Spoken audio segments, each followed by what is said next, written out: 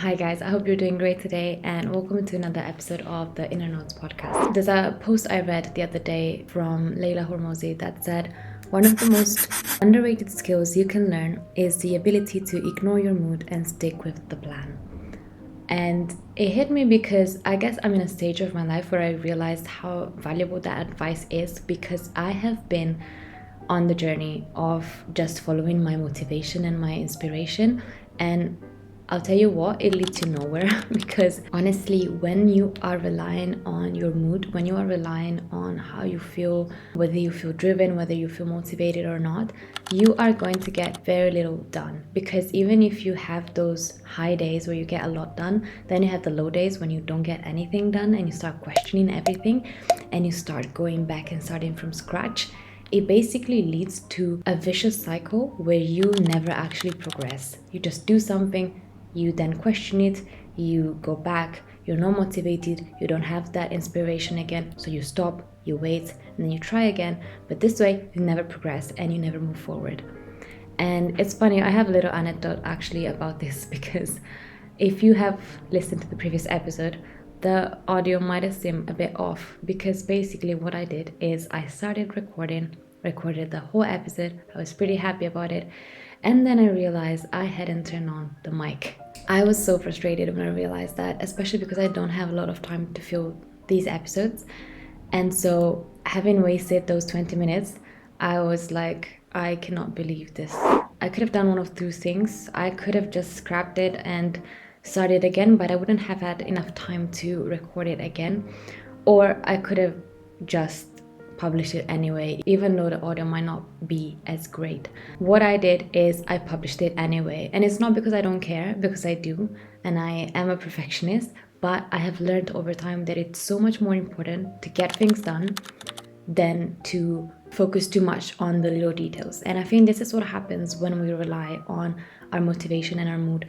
Our motivation and our mood shift because we look at the little things. Maybe you had set out to film on one day or to write on one day because you had something that you wanted to write, or whatever it is that you were trying to do, you had planned it to do one day, but then because that one little thing went off or something else happened, then you didn't feel in the mood anymore, and so you didn't do it. But how many times does this happen? And the problem is that when this continues to happen, then it leads to stopping us from doing what we should actually be doing. And that is working on the plan, working on the vision that God has placed in our hearts. I thought it was a very valuable post because it's something that I can personally trace back to advice that is even in the Bible itself. In Proverbs 3:5-6, it says, "Trust in the Lord with all your heart and do not lean on your own understanding. In all your ways acknowledge him, and he will make your path straight." So even in the Bible, it tells us to not lean or rely on our understanding. I would say even on our heart. There's another verse that says that our heart is deceitful. So if you rely on your emotions and your mood and however you are feeling a certain day, you are going to make very little progress in your life, because if how you feel determines whether you do something or not, then it's going to be very difficult to move forward with whatever action or plan you have set out to do. I have personally realized this in my life as well. The moment we start relying on our feelings and our personal motivation, we are essentially giving up on the plan. We are essentially giving up on the vision that God has given us, and we are essentially giving up on what we had set out to do. You might not think that's true, because you might think, well, I will not do it this day, I'll just do it another day. But the problem with relying on our motivation or our drive is that you might postpone it to another day, but then you don't know if that day you will actually feel like doing what you have set out to do. Maybe something else will come up on that day, and this goes on and on and on, and the years go by, and then you look back and you realize, actually, you know what, I have made very little progress. I have personally definitely learned this in my life. Like I said in one of the previous episodes, it took me 5 years to actually get started with this podcast. And I obviously wouldn't say that those 5 years were wasted, because they were 5 years of growth. I went through a lot in my personal life. I learned a lot in terms of how to film, how to edit, all of these things. So obviously my skills improved over time. I feel a lot more confident on camera than I did when I first started. But at the same time, sometimes I look back and I think, if I had just stayed consistent from the first time I started, maybe who knows what I could have achieved in these 5 years. But also I realize and I tell myself it's fine. I needed that growth. I needed that time to develop my character, to develop my vision, to develop and understand better what God wants to do in my life, how he wants to use me. So it's fine. I made peace with it. But at the same time, whenever nowadays I feel like relying on my motivation, my inspiration, I have definitely learned the skill of following through with the plan, regardless of how I feel.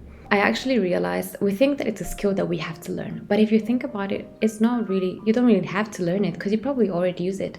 Because I am guessing that at work, you still do the things that you have to do regardless of how you feel. Or at home, you still do the things you have to do regardless of how you feel.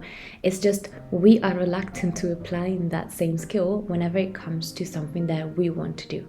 And I think that might be for a variety of reasons, be that fear, be that insecurity, or the fact that we keep focusing on little things, like the fact that maybe the background is not perfect, you don't have the right instruments, you don't have the right skills, you don't have all of the knowledge yet.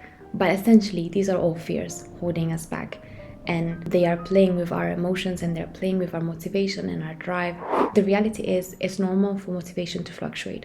It's normal for our feelings to go up and down based on whatever the day is that we are having.